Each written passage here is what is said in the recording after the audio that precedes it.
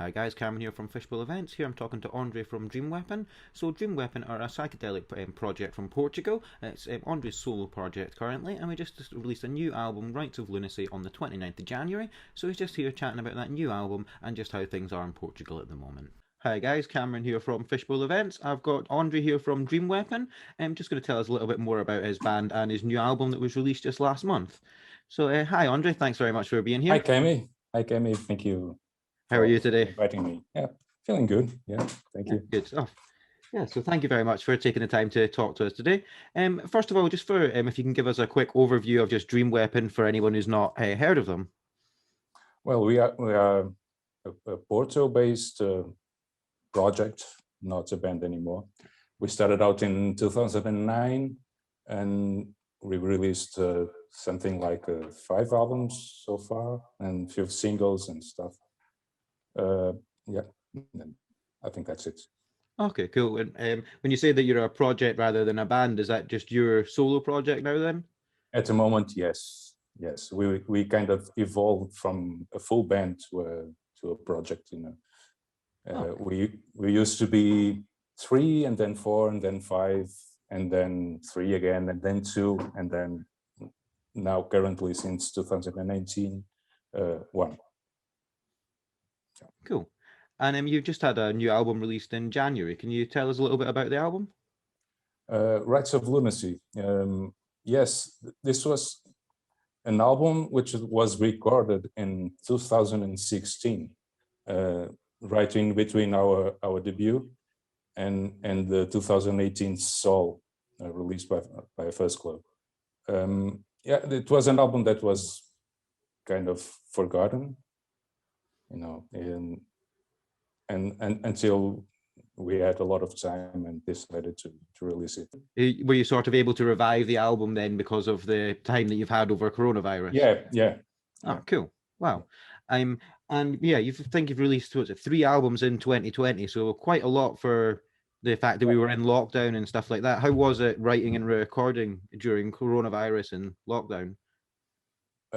Yeah, this has to do with the last couple of years. Since 2018, when Edgar left the band, unfortunately, I began thinking about music in a different way. I knew I loved to tour, and I wanted to tour, and it was very hard to think about touring alone, So I started writing music that I could play alone. That was the main point, and so I started rehearsing and recording, and kind of developing a language, And the result is kind of these albums I released last year. Actually, none of them was recorded last year, but I decided to mix them and use them and release them last year. It was recorded since 2018 and 2019, to be accurate. Oh, cool. And what kind of sort of, obviously massive impact in general, but what impact did coronavirus have on yourself as an artist? First, of course, it's difficult for everybody, and also for me. As I was saying, I started preparing stuff to play and to tour, and things were get going.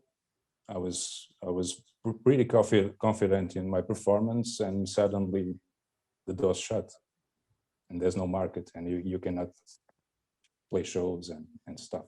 So I decided to release albums instead. Yeah, seems like a reasonable plan, I guess. Yeah. Yeah, well, in the UK, we had a sort of a short gap over summer where there was a few socially distant shows, but really not much else. Is that the same in Portugal, or have you had much live music at all?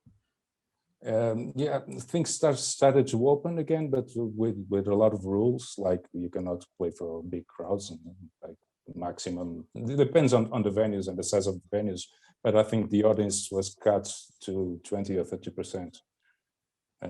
So it's very, very tricky. Sometimes it does not pay the fees, and just keep the house running. Yeah.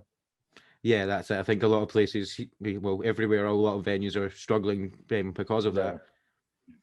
Did you get a chance to play any social distance shows? No. I didn't even try. Okay. No. And what about in terms of any songwriting? Did you do? Did coronavirus impact any songwriting that you've done over the last year or so? Yes. I managed to. I wrote another album. It's on the mixing process right now. But it's different from the others because as I didn't have the concerns to play it, I didn't approach it the same way. So it's more like studio work, you know. Oh, okay, cool. Just wondered if you have any top moments that you've experienced as an artist, or anything that you look back on that you particularly enjoyed. I remember so many gigs and stuff, but I think, yeah, life of an artist is ups and downs. But I try to live in the moment, and yeah, that's it. Cool. Do you prefer performing live then to recording? There was a time yeah, I did prefer. Nowadays, I think I'm getting used to being in the studio and stuff. I don't know. It's because you live this when you choose to this path, you have to live things very intensely, you know. So I'm enjoying what I'm doing now. When I have to play live, I for sure I will enjoy it the same way. Cool. And just finally, just wondered if you had anything that you've been listening to recently that you could recommend, anything maybe to help people through lockdown and stuff like that. Listening recently, I've been discovering Tim Story's album Threads that was just released by Dave's Records. It was a nice story to that album because he recorded it in 1980 or 81, and he tried to release the album, but it was refused. So he saw the Days of Light just recently. So that's what I've been listening to. It just arrived on my mail. Cool. Did you say that was Teen Stories? Yeah. Oh, cool. I'll check that out then. Thank you. Yeah. Cool.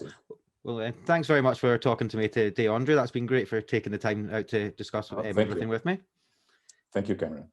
Thank you. Thanks very much, guys. That's Andre from Dreamweapon. So you can check out Rites of Lunacy, their new album. That's on Spotify, on Bandcamp and everything like that. I believe you can there's physical copies as well as streaming and things, yes. Isn't there? Yeah, so you can check all that out on their website. But thank you very much for tuning in, guys. And yeah, all the best. Thank you, Cameron. Thank you, guys.